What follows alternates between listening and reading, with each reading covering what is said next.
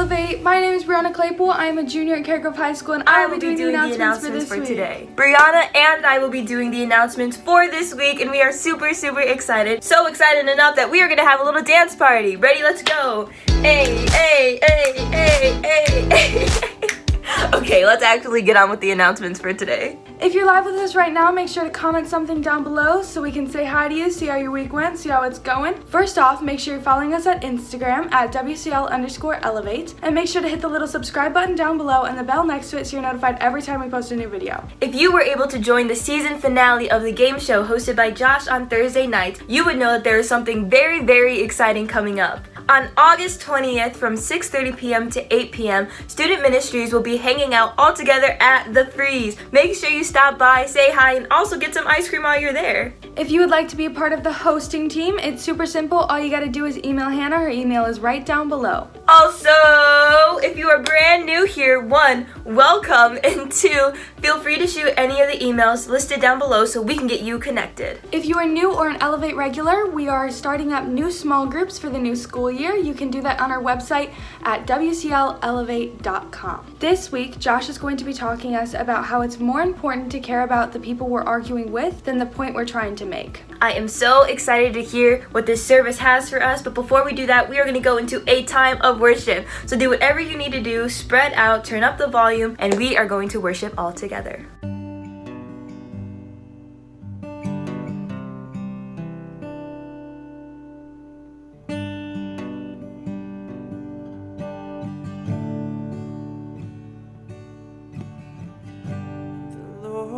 Bless you and keep you, make his face shine upon you, be gracious to you.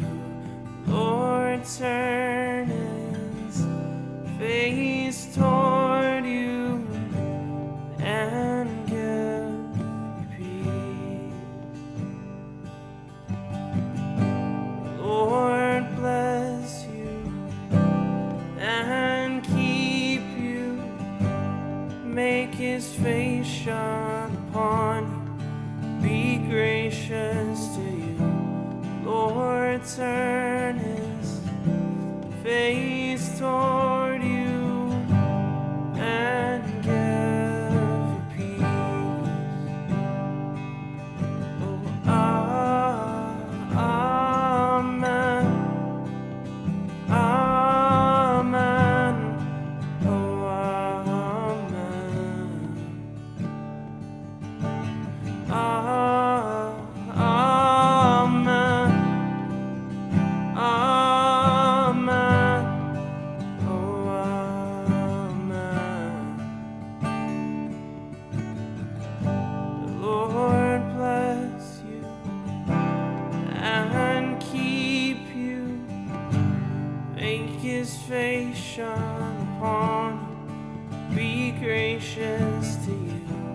Lord, turn his face toward you and give you peace. Oh, amen. Oh, amen. Oh, amen.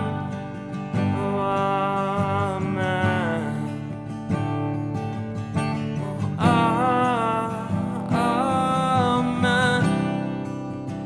Oh, amen.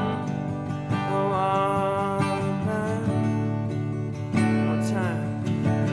Oh, amen. Amen.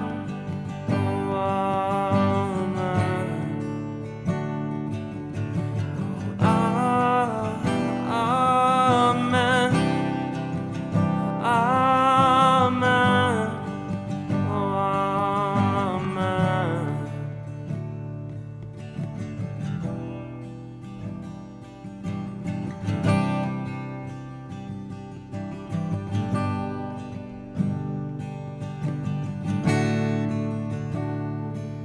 May his favor be upon you and 1,000 generations, and your family and your children and your children and your children. May his favor be upon you and 1,000 generations, and your family and your children and the children and the children. May his favor be upon you and 1,000 generations, and your family and your children and the children and the children. May his favor be upon you and 1,000 generations, and your family and your children and the children and the children. May his presence go before you and behind you and beside you, all around you and within you. He is with you, he is with you. May his favor be upon you, your 1,000 generations, and your family and your children and your children and your children. Amen. Oh, amen. Oh, amen. Oh, amen.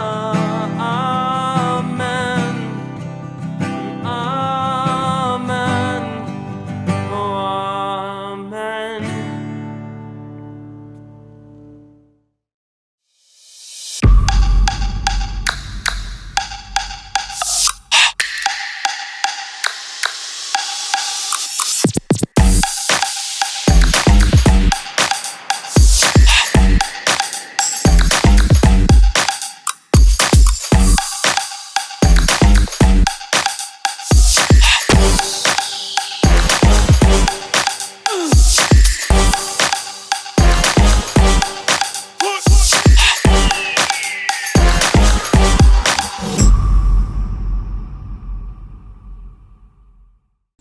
Hey Elevate, it's Josh, and hey, check it out. I just learned something surprising.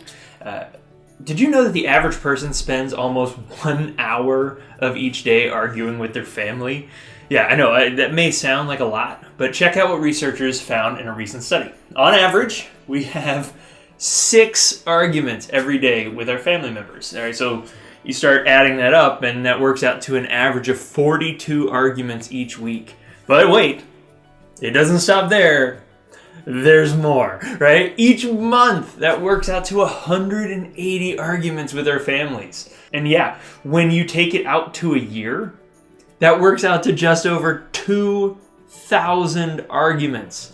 Now that's what the scientific community calls a lot, right? And if you're anything like me, you find yourself arguing with other people or listening to other people argue or getting caught up in arguments that you don't want to be in a lot.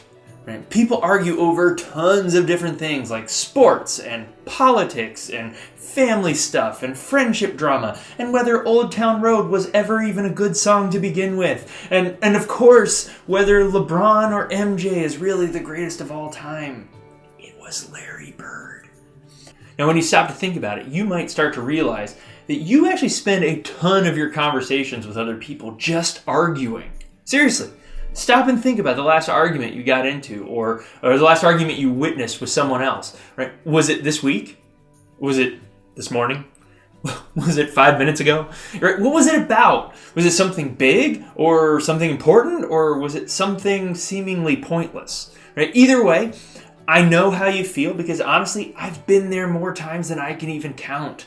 See, the truth is, arguments are everywhere you look, and I think most of us probably feel like arguments are bad. And I mean, conflicts usually don't make you feel great, and they can be really difficult and uncomfortable to have. And in fact, I think most of us actually try to avoid arguing if we can, right? We may have strong opinions about things, but we don't want to argue them because we want to fit in, and we don't want to stand out. We don't want to offend anyone or make someone upset, but here's the thing that I need you to know. Not all arguments are bad. Arguing can actually be good if it's done in a way that's healthy and respectful. So that's why I think it's an important subject to talk about. Because if we don't know how to argue in a healthy way, The quality of our relationships with our friends, our family members, our teammates, the people in our small group, pretty much everybody we come in contact with is on the line. Okay, you see, conflict is a part of life, and that's because relationships are a part of life. Now, whether it's a friend, a boyfriend, a girlfriend, a classmate, a parent, a sibling, a coach, someone in your small group, or a random person on social media, at some point, you're going to come into conflict. In other words, you're going to argue. And that can be challenging for a lot of reasons, right? For starters, feelings are usually involved. People don't usually fight about something that they don't actually care about. Right? Think about it. When you fight with your parents over your grades, it's because your parents care about the grades that you get. When you fight with your best friend about the lie that they told you, it's because you care that your friends are honest. And when you see adults fighting about things like who should be the next president, it's because they care about choosing the best person for the job. A lot of times, we argue simply because we care a lot about what we're arguing about. Or we care about who we're arguing with. You don't want to see your friend make a bad choice. You don't want your girlfriend or boyfriend to break up with you. You don't want your older sibling to talk to you that way. So you argue, not because you want to, but because you care that much about the other person. And see, in those cases, your feelings are an even bigger deal because it often happens in arguments that our feelings get hurt. Someone says something harsh or rude or deeply hurtful in the heat of an argument, and well, those things are hard to come back from. So what do we do?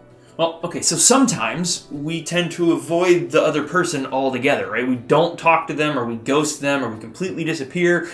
We hope that eventually the hurt feelings or the reasons why we argued in the first place will disappear too. Or, maybe we do talk about it, but just not to them. Instead of talking to the person that we've argued with, we talk about it to everyone else. But that really can't get us anywhere closer to solving the issue, can it? See, I think one of the biggest reasons arguments can be challenging to navigate is this. The other person thinks differently than we do. Maybe you fought with a friend who thought using certain words was okay, but you 100% believe that those words were hurtful. Or maybe you fought with a teammate because they had a totally different strategy on how to win the game. Maybe you've seen people argue in the comments section of Instagram because they had totally opposite views from each other. So regardless of who's arguing, usually this is what happens. Instead of listening to what someone else has to say, or talking to them calmly about our viewpoint, or even ignoring it altogether, we jump right into an argument. But why? I think it's because, honestly, we can't understand how they could think differently than we do. So then we spend all of our energy trying to convince them that we're right. After all, isn't that the whole point of an argument? To prove your point? To get the other person to come to your side, to win, to be right? See, I think the biggest problem we have when it comes to the way we navigate arguments is that we feel like there has to be a winner and a loser. And I don't know about you, but I definitely don't like to lose. And that's a mindset a lot of us have when it comes to arguments. We want to win. We want to be right. And it doesn't matter that we have to say something or do something to make sure that at the end of it, we come out on top. But what if that's the problem holding us back? What if arguing to win isn't really a win at all? What if trying to be right isn't actually right? Remember what we said, conflict happens. No matter how hard we try to avoid it or distance ourselves from it, at some point, we're going to find ourselves arguing with someone, or at least being argued with. And because that's the case, I think it's important that we learn a better way to handle it. A way that allows us to aim for, more than just being right. So today we're going to look at a verse in the New Testament that's written by one of Jesus' half-brothers. His name is James, and James wrote a letter to a group of Christians in the early church. And there's some real wisdom that's an absolute game changer when it comes to how we can handle our arguments. So check out what he says in James chapter 1, verse 19. He says, "Know this, my beloved brothers and sisters. Let every person be quick to hear, slow to speak, and slow to anger." All right, so notice the words that James uses here. He says, every person. So basically, James came out of the gate saying, what I'm about to tell you, it's for everyone, not just the people I agree with, not just for the people that think they're right, not just the people with the biggest tempers or the most passionate voices. This is for all of us. Now, because James wrote this letter to people who are following Jesus, I think the instruction is even more powerful. The message is for everyone, but it's especially important for those of us who believe and follow Jesus. So as followers of Jesus, this is how we're supposed to communicate with other people. This is how we're supposed to argue. So what did James say that we're supposed to do? First, he told us to be quick to hear. In other words, when you find yourself in an argument, listen first.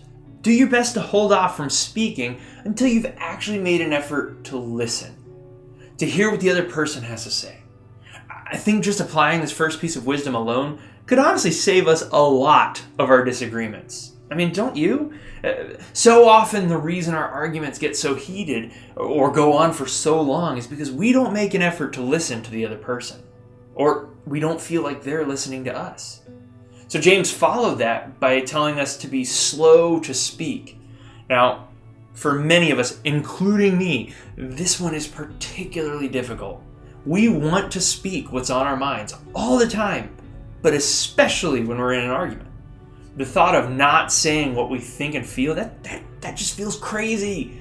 But remember, slow to speak doesn't mean that we shouldn't speak at all. It doesn't mean that we just need to sit back and take it. Or, James wasn't asking us not to defend ourselves or our points of view. Instead, he was asking us to just pause before we talk, right? We just got to stop before we respond, to think before we speak. I don't know about you, but in my experience, most of the things I've regretted in arguments are the things that I've said without thinking about them first. So just take a minute to pause. Choose to be slow to speak. That could be the answer to that problem.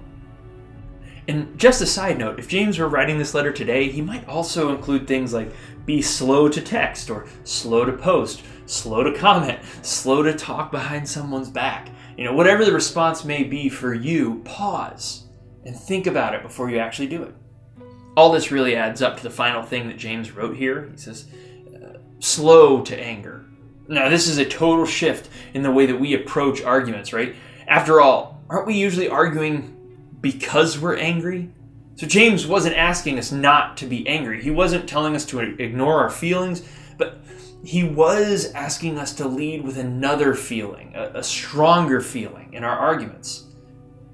Love, right? Choosing to be slow to become angry means choosing to love when we would rather hate instead. It means focusing on the person and not the point that we're trying to make. It means valuing the relationship more than being right. So in other words, when we argue, I think we need to remember this. We should care more about the person that you're arguing with than the point that you're trying to make. Now listen, Elevate. Arguing happens. It's part of life. But how it turns out really depends on how we choose to handle it. So the next time you find yourself in a position to argue, what would it look like for you to care more about the person that you're arguing with than the point that you're trying to make? What would it look like for you to try some of what James was talking about here, to be quick to hear, slow to speak, slow to anger? I think that if you do, you'll find that the way you argue and the way you feel will both change for the better. Now, of course, I know that this one isn't easy. So here are a few tips that you can try this week. The first, memorize James 1 verse 19. Really commit that to memory. Now trust me, it's important. You want this to be in your brain, ready to go next time you find yourself about to argue. Then when you memorize it, you'll think of that verse first. And it'll be a reminder of how you can handle your argument well. The second tip is after you've memorized it, apply it to someone. Think about the person in your world who needs you to actually follow James' instructions when it comes to arguing. Who do you find yourself tempted to argue with the most often? Right? Is it someone in your family, or is it a friend? Is it a kid on your team? In your mind, put their face next to that verse. Maybe even write both down on a piece of paper side by side and keep it somewhere where you can see it. That way, when you think of that person, you'll also think of James's words on how you can better approach them and arguments with them. All right, and the third tip that I've got for you is try and put yourself in the other person's shoes. This one is tough, I know. But I want to challenge you to see more in that other person than just your differences or just your argument and your stance. I want you to try and see and understand their side. This is part of being quick to listen. It's being quick to understand another person's point of view. Now, see, Jesus could have won every argument ever, but he still talked to people and he still made time to listen to people. He made an effort to hear their perspectives. And when you put yourself in someone else's shoes, that's going to help you do the same thing. Now, it doesn't mean that you'll always agree with what they think, but it does mean you'll try to understand why they think that. It means you'll try to understand them. Hey, Elevate, it's been awesome hanging out with you today, and I hope that this week you'll do your best to care more about the person that you're arguing with than the point you're trying to make. And that's exactly what we're going to keep talking about today in small groups. So I know not everyone in your small group has the exact same view on things that you do, but hear me, that's okay. Your small group can actually help you understand others' views and ways of thinking. Now, hey, as we wrap up, I want you to think about this one question.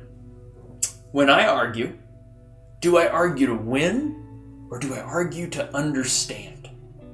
All right, Elevate. Have a great week. See you soon. Bye. Hey, Elevate. I hope you enjoyed today's message. Arguing is a fun topic to talk about and can be kind of scary and hard sometimes, especially when we don't know what to say or we don't know how exactly we're feeling, and confrontation overall can just be scary. But I hope from the verse that Josh encouraged us to memorize, that can kind of help you handle how to argue well. Just think through those things and maybe even in your head come up with like a little reminder of, rather than being quick to anger, be slow. Rather than being quick to speak, be slow. And rather than being slow to listen, be quick. And I realize I just said all of that backwards. But maybe something to remind yourself of when you're starting to get angry and you want to fight, think about quick, slow, slow. Be quick to listen, slow to speak, and slow to anger. Maybe that can be something that helps you, but remember overall, the most important thing is that we are loving each other well. So this week, I'm sure there's going to be several opportunities for arguments, but I would like to challenge you, how can you be quick, slow, slow?